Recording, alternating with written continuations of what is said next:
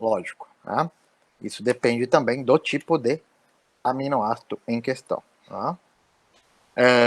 A digestão das proteínas, tá? Ela começa basicamente com a ação da pepsina estomacal. Lembre-se que lá no estômago nós temos a produção de pepsinogênio, tá? Uma enzima que está na sua forma inativa e sob a ação do ácido clorídrico é convertida em pepsina, tá? Se tornando ativa e iniciando a digestão, portanto, das proteínas. Esse processo fica ao redor de 10 a 30% da digestão estomacal, mediado por essa pepsina, tá? E começa, portanto, a clivar várias ligações proteicas, tá? Iniciando o processo de digestão no estômago. Tá? Isso vai gerar alguns aminoácidos, tá? E tripeptídeos, tá? De modo geral. Tá? No intestino delgado é que nós vamos ter grande parte da ação, tá? Da digestão das proteínas, onde nós teremos a liberação, tá? Basicamente do suco pancreático, tá? Com a ação principalmente das proteases pancreáticas, tá? E depois nós vamos ver que lá na borda em escova, algumas proteases vão finalizar esse processo de digestão. Tá? Então, grande parte disso ocorre sob a ação das proteases pancreáticas. Tá? Protease que também é o nome genérico para essas enzimas. Tá? Então, quando normalmente o quimo, que já sofreu a ação da pepsina estomacal, chega ao duodeno, tá? Lá no duodeno, nós teremos, portanto, a secreção de uma série de enzimas ou de proteases. Tá? Essas proteases, normalmente, elas se dividem nos chamados zimogênios, tá? E esses zimogênios são importantes, né? Porque eles é que vão, de fato, reconhecer uma série de outras proteínas encontradas na dieta. Tá? Esses zimogênios, lógicos, eles estão na forma inativa, tá? E eles vão ser convertidos à sua forma ativa pela ação de uma tripsina, tá? Por ação de uma tripsina, que é produzida e secretada pelo intestino delgado. Tá? Lógico, também, né, uma tripsina, perdão, uma tripsina que é produzida e secretada junto com as enzimas pancreáticas, na sua forma inativa, e que é convertida, em tripsina pela ação de enzimas encontradas na borda em escova. Tá? Então, quando eu olho para o suco pancreático, eu tenho todos os imogênios secretados na sua forma inativa e tripsinogênio, né, que vai ser convertido em tripsina pela ação de peptidases encontradas na borda em escova. Tá? Esses imogênios precisam ser ativados, e essa tripsina, então, ela ativa, converte os imogênios, que são o quimotripsinogênio, a procarboxipeptidase, a procolipase e a profosfolipase nas suas formas ativas, ou seja, quimiotripsina, carboxipeptidase, colipase e fosfolipase. Tá? Então, todas essas enzimas inativas, juntamente com o tripsinogênio, o tripsinogênio é convertido em tripsina por enzimas encontradas na borda em escova, tá? E essa tripsina, por sua vez, converte os imogênios nas suas formas ativas, ativa essas enzimas. E todas elas vão clivar os diferentes tipos proteicos encontrados na dieta, tá? Em moléculas menores, tá? Aminoácidos, dipeptídeos e tripeptídeos na sua maioria. Tá? Então, tem proteínas complexas sendo convertidas em estruturas menos complexas. Aminoácidos, dipeptídeos e tripeptídeos de modo geral. Tá? Bom, esses aminoácidos, né, livres e esses dipeptídeos e tripeptídeos, né, têm ligações às vezes com 4 aminoácidos também encontrados, vão parar na borda em escova. Tá? Lá na borda em escova, né, esses aminoácidos vão sofrer reconhecimentos e transportes específicos. Vamos começar de cima para baixo aqui. Então tem a borda em escova, a luz, o enterócito e a membrana basal, tá? Com o líquido extracelular aqui. Tá? Lógico, uma grande rede de vasos capilares passando aqui ao lado. Tá? Bom, se eu tiver, por exemplo, aminoácidos com peptídeos com 4 aminoácidos, tá? Normalmente na borda em escova eu vou encontrar, né, esse tipo de proteína aqui, ó, chamada PEP-T1. PEP-T1. Tá? Que funciona com um peptídeo, um transportador de peptídeo do tipo 1, mas que pode funcionar também como uma peptidase. Ela é capaz, portanto, essa enzima, de clivar, tá, essa sequência de 4 aminoácidos em uma sequência mais simples, contendo 3 aminoácidos, por exemplo. Ou seja, eu vou ter dessa reação uma cadeia com 3 aminoácidos, mais um aminoácido livre. Tá? Quando aborda em escova através da PEPT1, tá, realiza essa ação enzimática, tá, ela pode transportar esse tripeptídeo para dentro do enterócito, usando um hidrogênio, tá, para facilitar esse cotransporte. Então, esse tripeptídeo mais o hidrogênio são transportados para dentro. Tá? Ou ela pode ainda clivar esse tripeptídeo em um dipeptídeo, e aí ela pode transportar esse dipeptídeo para dentro, ou se ela preferir, ela pode clivar esse dipeptídeo em 2 aminoácidos. Lógico, toda vez que eu clivo 4, né, aminoácidos pela ação da enzima, eu formo um tripeptídeo mais um aminoácido, como eu disse. Aqui na mesma reação, 2 peptídeos mais um aminoácido e assim por diante. Tá? Se ela optar por clivar, né, à medida que ela vai simplificando esses peptídeos de 4 para 3, 3 para 2 e de 2 para 2 livres, né, nas primeiras reações, ela pode, né, continuar clivando ou transportar por esse transportador acoplado ao hidrogênio. Se ela formar aminoácidos livres, eu tenho um outro tipo de transporte. O aminoácido livre é transportado por um trocador. Né?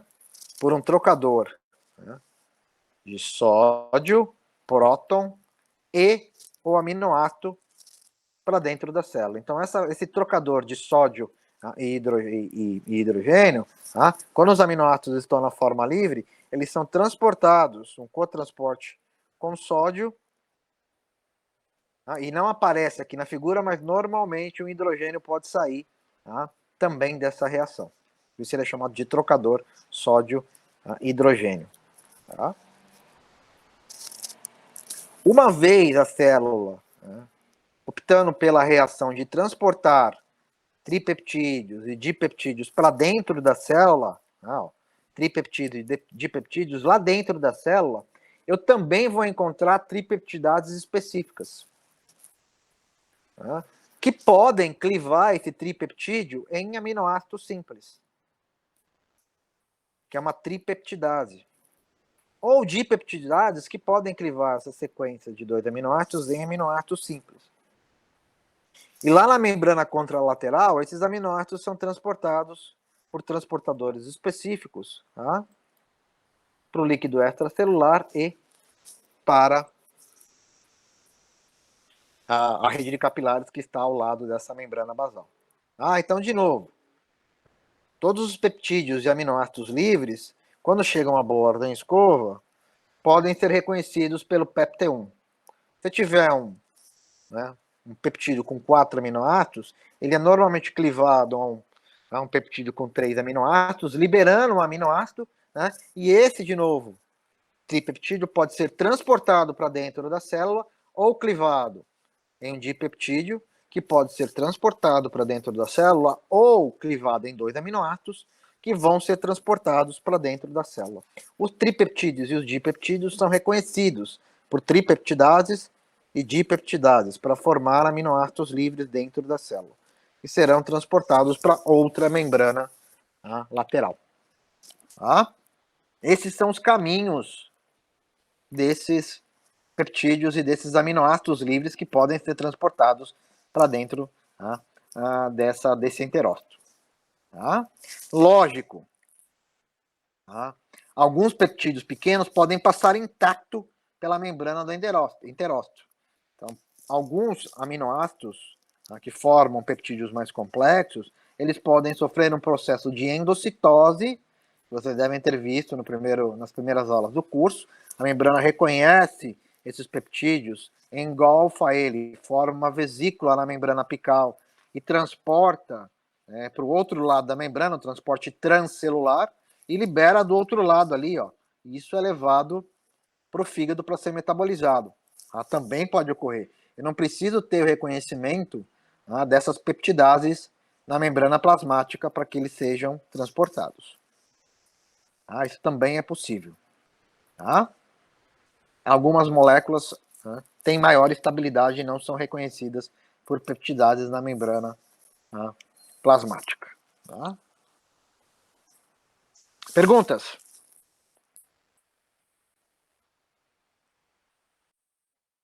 Bom,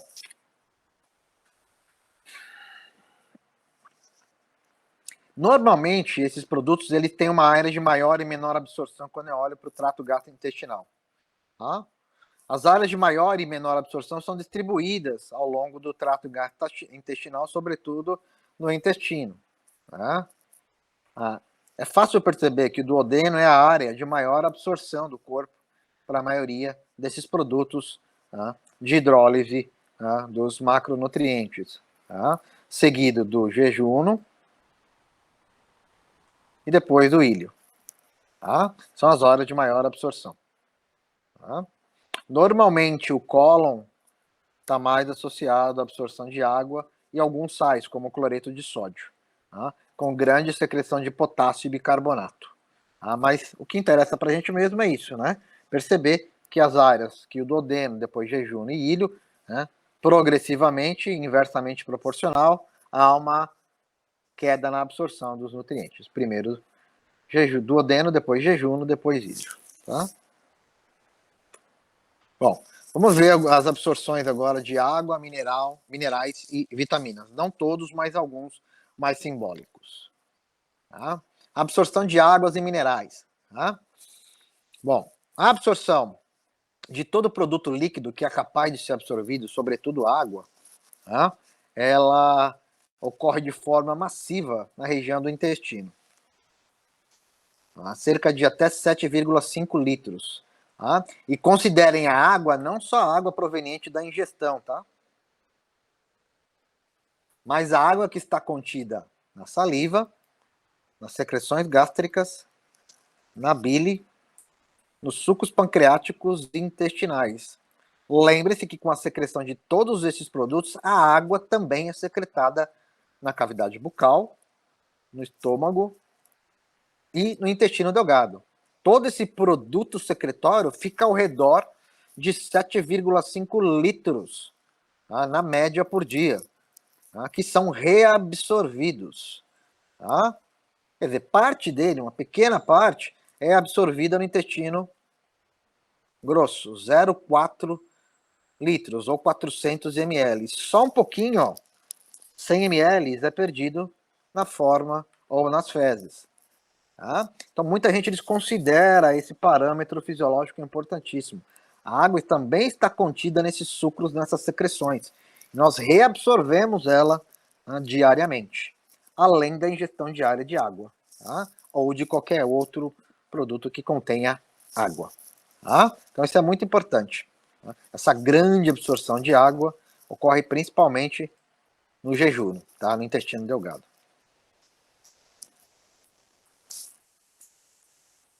Essa água ela pode ser absorvida de maneira transcelular, ou seja, através da borda em escova. A água passa pela membrana plasmática através da célula e vai parar do outro lado da célula até encontrar os capilares. Mas ela também pode passar entre as células do intestino, que é o chamado transporte paracelular, ou seja, para é o lado, ao lado das células, através dessas junções aqui bem firmes, tight junctions, permitindo a passagem de água entre elas. A água, portanto, é absorvida, absorvida através de um mecanismo transcelular, mas também paracelular. Eu não tenho aquaporinas específicas aí nessa região. Na verdade, tem gente descrevendo algumas, mas não é o principal transporte de água.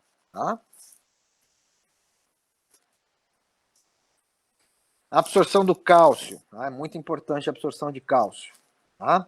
Então temos a luz aqui do intestino, ó, membrana apical, membrana basal.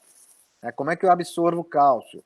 Todo mundo sabe que o cálcio, a absorção de cálcio é dependente da vitamina D, ou a 1,25-D-hidroxi, tá? Colecalciferol, tá? 1,25-de-hidroxi-colecalciferol. Tá? Muito importante a sua formação a partir do colesterol na pele sob a ação do sol, né, dos raios ultravioletas. Né? Isso é muito importante. Então, o sol, né, vai estimular a formação de 1,25-de-hidroxicalciferol, que é a vitamina D. Por que a vitamina D é importante? Porque ela, lá nos enterócitos, ó, vai induzir a transcrição e a síntese dessa proteína aqui, ó, chamada de calbindina. Calbindina significa que é uma proteína que tem afinidade pelo cálcio. O binding vem de binding, que é de ligação, ligação ao cálcio. Né? A calbindina tem afinidade pelo cálcio. É uma proteína citossólica. Então, a vitamina D estimula a transcrição e a tradução dessa proteína com alta afinidade pelo cálcio. Estimula também a síntese de uma proteína transportadora de cálcio na membrana plasmática dos enterócitos. É um transportador de cálcio específico para isso. Tá? Estimula também a síntese dessa bomba aqui, ó, tá? Que é uma bomba de hidrogênio e cálcio, que fica na membrana basal, ó, que vai ajudar a transportar o cálcio para fora do enterócito. Tá? E estimula também a síntese dessa outra proteína, dessa outra bomba aqui, ó, que troca sódio por cálcio. Tá? Também na membrana basal. Então, por que a vitamina D é importante? Porque ela estimula a transcrição de um transportador de cálcio na membrana apical, da calbindina, que tem afinidade para transportar o cálcio no citossol. Cálcio livre não é legal em nenhuma célula. Cálcio não pode ficar livre em grandes concentrações em nenhuma célula. Por isso precisa dessa calbindina. Tá? A vitamina D também é importante para a síntese dessa bomba de sódio e cálcio e para essa bomba de hidrogênio e cálcio. Por isso que ele é muito importante, né, este hormônio. Tá? Uma parte do cálcio também pode ser absorvida de maneira paracelular, mas é esse mecanismo aqui que é muito importante. Tá? Então, uma vez que a gente tem uma alimentação de cálcio, né, e esse cálcio livre, tá, se ele encontrar na borda escova esse transportador, ele vai ser transportado para dentro da célula, para dentro do enterócito. Vai se ligar a calbindina, formando esse complexo cálcio-calbindina. Tá? Quando esse complexo se aproxima da membrana plasmática, na sua porção basal, há uma dissociação do complexo, o cálcio se livra da calbindina, aí o cálcio é transportado para fora via ou por essa bomba de cálcio e hidrogênio, o cálcio sai e o hidrogênio entra, ou o cálcio é transportado por essa outra bomba de cálcio-sódio. O cálcio sai e o sódio entra. Tá? Dessa maneira, há a possibilidade de transporte do cálcio para fora aqui da célula, no outro lado, fora da luz do intestino. E esse cálcio aqui agora, lógico, vai ser transportado no sangue, tá? Em até uma concentração de ao redor de 1,2 milimolar na sua forma livre. Tá? É por isso que, né, a vitamina D, portanto, é importante para a absorção de cálcio. Tá? Por isso a vitamina D é considerado um hormônio, porque ela induz a transcrição de todas essas proteínas aqui, ó, tá? Muito importante, tá, do transporte de cálcio. Dúvidas?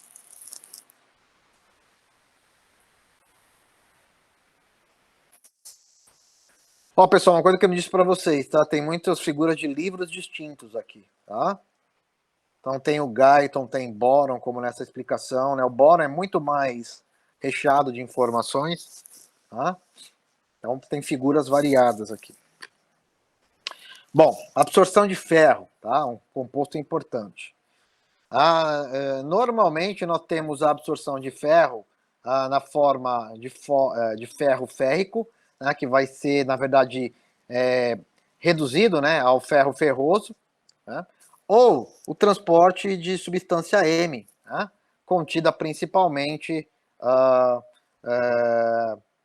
encontrada principalmente em fontes animais, tá? A porção M que é encontrada basicamente em fontes animais, em grande quantidade, né? Fontes animais. Tá? Bom, o ferro, normalmente, quando ele se acumula na luz do intestino, tá? Esse ferro férrico que contém tá? Basicamente três ligações, três prótons associados a ele, tá? Normalmente, na membrana plasmática, na sua porção apical, existe uma enzima chamada de redutase de ferro, tá? Ou redutase férrica, que tem essa pequena denominação aqui, tá? Que tem a ver com o número de cátions que vão ser formados, ou cátions divalentes, tá? Mas se vocês lembrarem só que essa é uma enzima chamada de redutase férrica, né, ou redutase de ferro, tá ótimo, tá? Muito bem. Esse ferro férrico, na membrana plasmática, essa enzima vai converter ele em ferro ferroso. Ela faz isso para facilitar o transporte desse ferro ferroso para dentro do enterócito. Então ela cliva esse ferro férrico em ferro ferroso, tá? 2 hidrogênios, e libera mais um hidrogênio aqui, ó. Tá? E aí ele é transportado para dentro do enterócito por essa proteína, tá? Que é uma proteína que transporta cátions divalentes. Cátions divalentes com característica de metal, como é o próprio ferro. Tá? É uma divalente cation metal transporter 1, tá? Que é essa aqui, ó.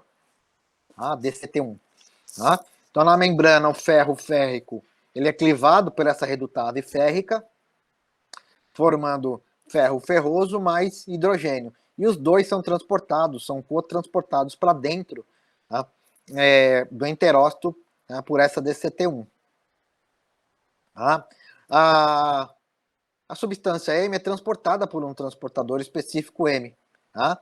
E lá dentro da célula existe uma M-oxidase, que converte isso em ferro ferroso também. Tá? Em ferro ferroso. É muito mais fácil o ferro ferroso ser transportado do que ferro férrico. Tá? Bom, com isso, através da ação da redutase férrica, tá? E do transporte de M, conversão dele em ferro ferroso pela oxidase de M, eu vou aumentando o meu pool intracelular de ferro ferroso. Só que olha só o que acontece. Essa reação é só importante para o transporte e para o primeiro acúmulo de ferro ferroso. Porque uma vez isso entrando na célula, a célula vai converter esse ferro ferroso de volta em ferro férrico, pela ação de uma ferro-oxidase. Tá? E aí alguns caminhos vão ser seguidos dentro da célula. A primeira é formar um estoque de ferro dentro da célula, de ferro férrico. Há um pool intracelular de ferro que pode ser formado no enterócito. Ou esse ferro férrico ele vai se ligar a essa proteína aqui, ó, chamado de mobiliferrina. Mobiliferrina. Tá? Que é a via de absorção mais clássica do ferro. Tá? Essa mobiliferrina vai fazer o quê? Ela só vai levar o ferro férrico do citossol para o outro lado da membrana, que eu tenho apical para o lado da membrana basal. Tá? E se isso acontecer, eu tenho esse transportador aqui, ó, o IREG1, que é uma ferroportina ou um transportador regulado por ferro do subtipo 1. Ferroportina é mais fácil de lembrar. Tá? Porta do ferro. Tá? E aí esse ferro férrico que está ligado a essa mobiliferrina, ele se desacopla dela e essa proteína transporta agora, junto com essa outra proteína aqui, ó, chamada de efaestina, é um complexo, na verdade, né? Transporta esse ferro férrico para fora da célula. E o ferro férrico se acumula aqui e vai se ligar a essa outra proteína aqui, ó, transferritina, né? Que transporta o ferro no sangue. Tá? Reação extremamente complexa, muito complexa. Tá? Então, de novo, o aporte de ferro férrico ou na forma de M, tá? Que chegam às células, são transportados, o M, através de um transportador específico para dentro do enterócito e convertido a ferro ferroso, ou ferro férrico, ele é convertido, ele é reduzido pela redutase férrica a ferro ferroso, né, na membrana ainda, e transportado junto com o hidrogênio que é gerado por essa reação pela DCT1, que é um transportador de ferro ferroso. Lá dentro ele é reconvertido a ferro férrico pela ferroxidase, assim como o M é convertido a ferro férrico, que também é reconvertido de novo a ferro férrico. Tá? E esse ferro férrico, ele se liga ou à mobiliferrina ou é usado para formar um pool dentro da célula. Tá? Se for ligado à mobiliferrina, ele vai ser transportado para fora da célula pelo complexo da ferroportina e faestina, aumentando muito aqui a quantidade de ferro férrico fora da célula, que vai se ligar à transferritina para ser transportado no sangue para os diversos tecidos no corpo, sempre passando pelo sistema porta do fígado. Tá? Esse é o mecanismo de absorção, de preparação do ferro para que ele possa transportar essa substância.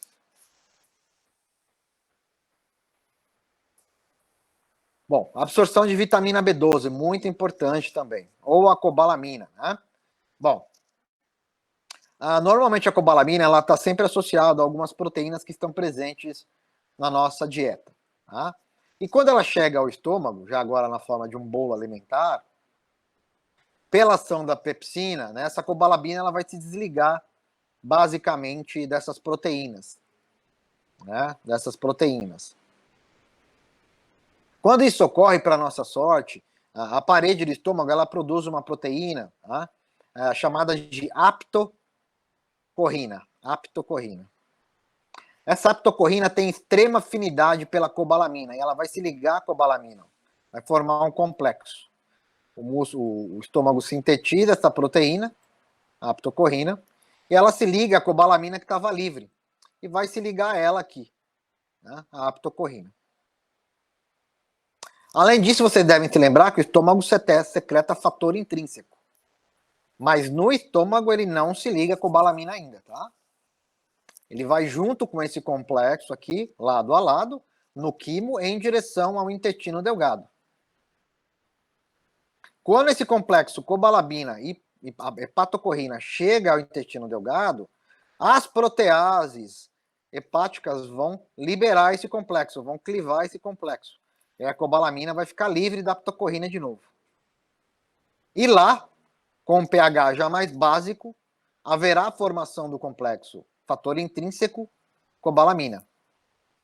E aí sim, a cobalamina, fator intrínseco, esse complexo, né? Se eu der um zoom nessa área aqui do intestino, eu vou ver que ele vai ser transportado por um receptor de fator intrínseco lá no intestino delgado específico. Na verdade, o complexo fator intrínseco cobalamina, ele forma uma vesícula, quando ele se liga ao receptor, o fator intrínseco, forma essa vesícula, um endossomo, né? E esse endossomo, existe um ponto que lá dentro do endossomo, esse receptor ele é liberado, o fator intrínseco, o fator intrínseco também é a cobalamina também ela é liberada, né, do fator intrínseco, e ela fica livre agora, olha só que interessante, para se ligar a uma segunda proteína, que é uma transcobalamina, chamada de TC2, uma outra vesícula é formada. E essa vesícula vai sair do lado contrário do enterócito aqui, da membrana apical, formando um complexo no sangue, transcobalamina 2, cobalamina, que vai levar, portanto, a vitamina B12 aos seus diversos órgãos-alvo. Tá? Então é muito importante aqui essa fase hepática, gástrica, porque muita gente acha que a cobalamina já se liga ao fator intrínseco no estômago, tá? Não. Lá no estômago, a aptocorrina, tá? Forma um complexo, é muito ácido aqui, tá? Complexo cobalamina, aptocorrina vai para o intestino delgado, lá com a secreção das peptidases, esse complexo é desfeito, e aí a cobalamina se liga ao fator intrínseco. Para ser absorvido na forma de um endossomo, né, quando o fator intrínseco se liga ao seu receptor, né, e lá dentro desse endossomo, a cobalamina, o fator intrínseco e o receptor, são todos eles desacoplados, liberando a cobalamina, que vai formar uma outra vesícula com essa outra proteína que é a transcobalamina, tá? Para que ela seja liberada na membrana basal do outro lado, formando um complexo transcobalamina, cobalamina, né, que é importante para levar essa vitamina no sangue, tá? Esse é um transporte importantíssimo. Tá? Lembrando que todo produto de absorção que ocorre no intestino deve passar necessariamente via porta do fígado, tá? Então, o intestino aqui, ó, todo esse processo é absorvido ali. Isso tem que passar pela veia porta do fígado, onde ela vai extrair praticamente todos os produtos que cabem ao fígado serem processados e o restante é encaminhado para a grande circulação, onde será bombeado pelo sistema ventricular via a artéria aorta. Tá? Perguntas?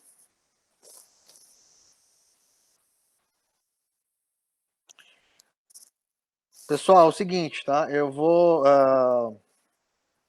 provavelmente até amanhã, no máximo semana que vem, eu vou enviar para vocês as questões, tá?